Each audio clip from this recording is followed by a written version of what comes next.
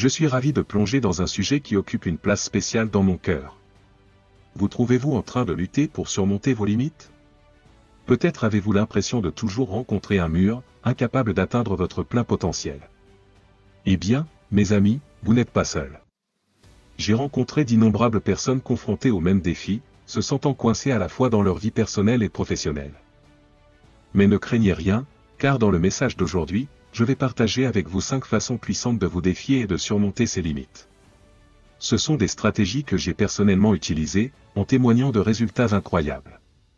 Et laissez-moi vous dire, il n'y a pas de plus grande satisfaction que de surmonter une barrière et d'accomplir quelque chose que vous avez autrefois jugé impossible. Alors plongeons Y. Commençons par le numéro 5, défiez-vous et brisez vos limites en pratiquant la discipline et la constance envers vous-même. Maintenant, je comprends ce que certains d'entre vous peuvent penser, la discipline et la constance semblent être synonymes de travail dur et de sacrifice. Et vous avez tout à fait raison. Mais laissez-moi poser une question, les récompenses qui viennent avec le dépassement de vos limites valent-elles le travail dur et le sacrifice? Je crois fermement que oui, et je suis là pour vous expliquer pourquoi. Tout d'abord, définissons ce que sont la discipline et la constance. La discipline consiste à contrôler vos impulsions et vos émotions, à rester concentré sur ce qui est important. C'est choisir consciemment de faire ce qui doit être fait, même quand vous n'en avez pas envie.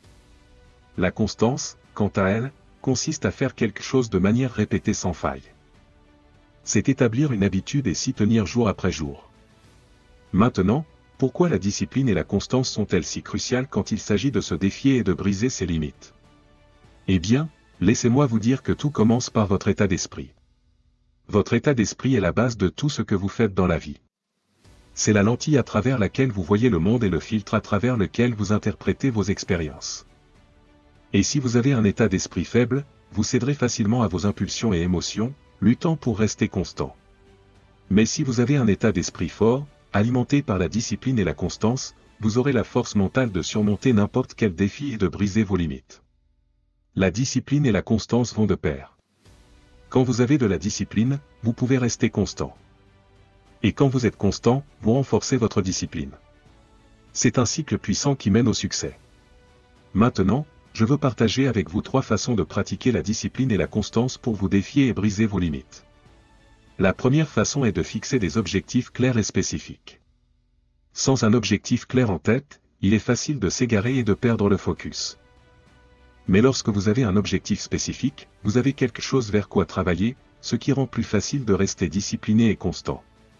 Prenez donc le temps de réfléchir à ce que vous voulez accomplir et fixez un objectif spécifique qui vous poussera hors de votre zone de confort. Souvenez-vous, votre objectif doit être ambitieux mais réalisable. La deuxième façon est de créer un plan et de s'y tenir. La discipline et la constance ne concernent pas seulement la force mentale, elles impliquent également d'avoir un plan et de s'y tenir. Créez un plan qui vous aidera à atteindre votre objectif et engagez-vous à le suivre chaque jour. Ce ne sera peut-être pas facile au début, mais avec le temps, cela deviendra une habitude, ce qui rendra plus facile de rester constant. La troisième façon est de vous rendre responsable.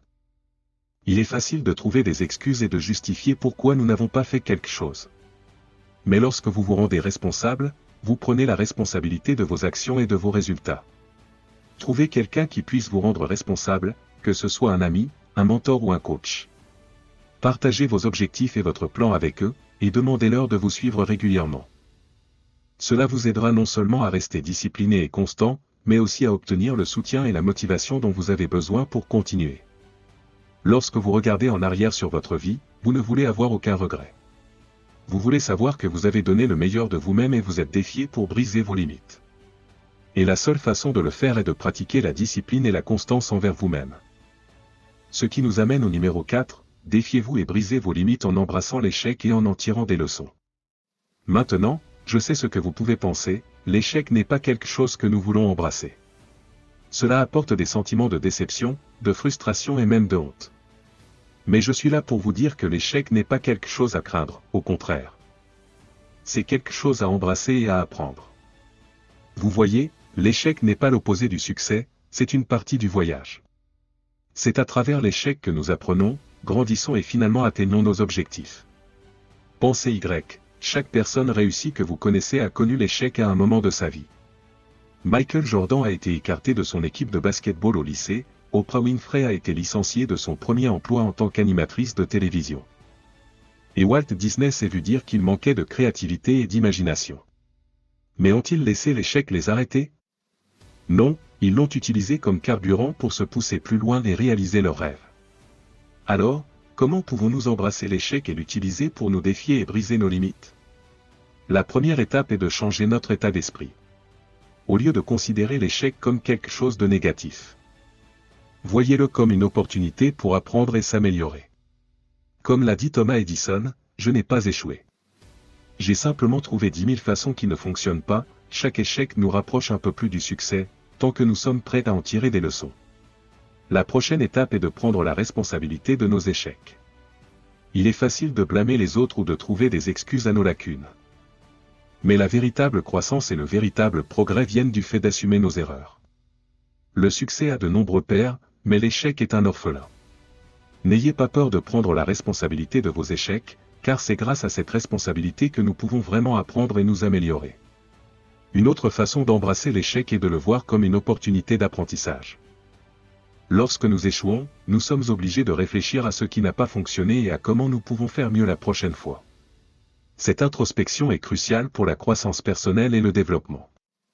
Ainsi, au lieu de vous attarder sur la déception de l'échec, utilisez-le comme une chance d'évaluer vos actions et de faire les ajustements nécessaires pour réussir à l'avenir. Enfin, ne laissez pas l'échec vous définir. Il est facile de se laisser emporter par l'idée qu'un échec signifie que nous sommes un échec, mais ce n'est tout simplement pas vrai. L'échec est un revers temporaire, pas une étiquette permanente. Il est important de séparer notre estime de soi de nos échecs et de se rappeler que nous sommes capables de réaliser de grandes choses malgré nos erreurs passées. Ce qui nous amène au numéro 3, défiez-vous et brisez vos limites en vous entourant de personnes qui vous inspirent. Votre environnement joue un rôle crucial dans le façonnage de qui vous êtes et de ce que vous pouvez réaliser, et les personnes avec lesquelles vous vous entourez en font partie. Lorsque vous vous entourez de personnes qui vous inspirent, qui sont motivées et déterminées, cela a un impact positif sur votre vie. Ces individus vous poussent à être meilleurs, à penser plus grand, et à aspirer à plus. Ils vous défient de briser vos limites et de poursuivre vos rêves. Mais laissez-moi être clair, vous entourer de personnes inspirantes ne signifie pas que vous devez couper les ponts avec tout le monde. Cela signifie simplement être intentionnel quant aux personnes avec qui vous passez le plus de temps. Cela signifie choisir de vous entourer de ceux qui vous élèvent et vous motivent plutôt que de vous abattre. Maintenant, vous pouvez penser, comment trouver ces personnes inspirantes? Eh bien, la vérité est qu'elles sont tout autour de vous. Elles peuvent être vos amis, membres de votre famille, collègues ou même des étrangers que vous rencontrez. La clé est d'être ouvert à établir des relations avec ceux qui vous inspirent. Et une fois que vous les avez trouvés, cultivez ces relations et apprenez d'elles. L'un de mes mentors, Earl Schoff, a dit un jour, « Vous êtes la moyenne des 5 personnes avec lesquelles vous passez le plus de temps, et je ne pourrais être plus d'accord. » Alors demandez-vous, les personnes avec lesquelles vous passez le plus de temps vous aident-elles à grandir et à atteindre votre plein potentiel? Vous poussent-elles à briser vos limites? Si ce n'est pas le cas, il est peut-être temps de réévaluer votre cercle et de faire quelques changements. S'entourer de personnes inspirantes ne vous aide pas seulement à briser vos limites, mais cela ouvre également de nouvelles opportunités et perspectives. Lorsque vous êtes autour de personnes partageant les mêmes idées qui aspirent au succès, cela crée un environnement positif et favorable. Dans cet environnement, vous avez la liberté de rêver en grand et de penser en dehors des sentiers battus. Mais ce n'est pas seulement une question de s'entourer de personnes réussies, il s'agit d'apprendre d'elles et de mettre en œuvre leurs habitudes et leur état d'esprit dans votre propre vie. Prenez le temps d'observer et d'étudier les personnes qui vous inspirent. Qu'est-ce qu'elles font différemment? Comment gèrent-elles les défis et les revers? Qu'est-ce qui les motive? En apprenant d'elles, vous pouvez adopter leurs habitudes, leur état d'esprit, et les appliquer à votre propre vie. Je tiens également à souligner l'importance d'être une source d'inspiration pour les autres. Tout comme vous recherchez des personnes inspirantes, il y a aussi des gens qui vous regardent avec admiration. Ils voient votre volonté et votre détermination, et cela les inspire. Utilisez donc votre influence pour avoir un impact positif sur ceux qui vous entourent. Partagez vos connaissances et vos expériences, et soyez une source de motivation pour les autres. Ce qui nous amène au numéro 2, défiez-vous et brisez vos limites en sortant de votre zone de confort. Vous voyez, la zone de confort est un endroit dangereux. Cela peut sembler sûr et familier, mais c'est aussi là où les rêves meurent. C'est là où nous nous contentons de la médiocrité et laissons nos peurs et nos doutes nous empêcher d'atteindre notre plein potentiel. Mais je suis là pour vous dire que vous êtes capable de tellement plus. Vous avez en vous le pouvoir de briser vos limites et d'atteindre la grandeur. Et tout commence par sortir de votre zone de confort. Je ne dis pas que ce sera facile. En fait, ce sera l'une des choses les plus difficiles que vous ferez jamais. Mais laissez-moi vous poser cette question, mes amis, quelle est l'alternative? Rester dans votre zone de confort et vivre une vie de regret, vous demandant ce qui aurait pu être? Ou prendre un risque et découvrir à quel point vous êtes vraiment capable? Je choisis la deuxième option. Et j'espère que vous aussi. Alors, comment pouvons-nous sortir de notre zone de confort? La première étape consiste à identifier à quoi ressemble votre zone de confort. Cela pourrait être une routine particulière, un travail spécifique, ou même une relation qui ne vous sert plus. Une fois que vous l'avez identifié, il est temps d'agir. La deuxième étape consiste à fixer un objectif qui se situe juste en dehors de votre zone de confort, quelque chose qui vous effraie mais vous excite. Aussi. Cela pourrait être de courir un marathon, de démarrer votre propre entreprise, ou même simplement de parler devant une foule. Peu importe ce que c'est, assurez-vous que c'est quelque chose qui vous poussera à grandir et à vous défier. Et enfin, l'étape la plus importante, passer à l'action. C'est là que la plupart des gens restent bloqués. Ils ont identifié leur zone de confort, fixé un objectif. Mais ensuite, ils hésitent à faire le premier pas. Ils laissent leur peur et leurs doutes les retenir. Mais la peur n'est qu'une illusion, elle n'est pas réelle. C'est simplement une pensée à laquelle nous avons donné du pouvoir. Et la seule façon de la surmonter est de passer à l'action. Alors faites ce premier pas, puis un autre, et un autre.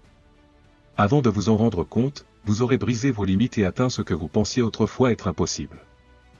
Maintenant, je veux partager avec vous une histoire personnelle.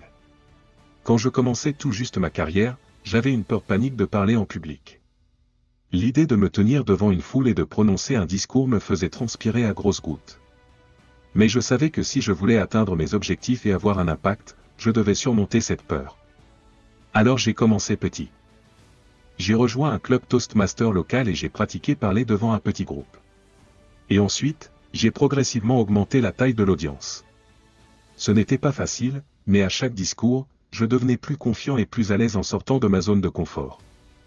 Et maintenant, me voilà, devant vous tous, en train de prononcer ce discours. Mes amis, je suis un exemple vivant du pouvoir de sortir de sa zone de confort. Et je peux vous dire par expérience que les récompenses valent le risque. Lorsque nous sortons de notre zone de confort, nous nous ouvrons à de nouvelles opportunités, de nouvelles expériences et de nouveaux niveaux de croissance. Ce qui nous amène au numéro 1, défiez-vous et brisez vos limites en fixant des objectifs spécifiques et réalisables. Cela peut sembler être un concept simple. Mais la vérité est que beaucoup de gens ont du mal à fixer des objectifs et encore plus à les atteindre. Mais aujourd'hui, je veux partager avec vous le pouvoir de la fixation d'objectifs et comment cela peut transformer votre vie.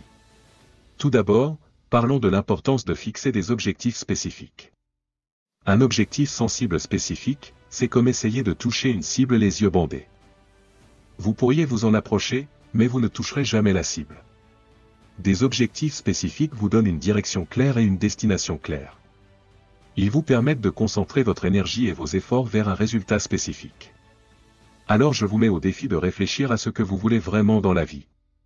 Quel est votre objectif ultime? Écrivez-le et rendez-le aussi spécifique que possible. Ensuite, parlons d'objectifs réalisables. Beaucoup de gens font l'erreur de fixer des objectifs irréalistes. Et quand ils échouent à les atteindre, ils se découragent et abandonnent. Mais la clé est de fixer des objectifs qui sont difficiles mais réalisables. Vous voulez vous pousser, mais pas au point de vous briser.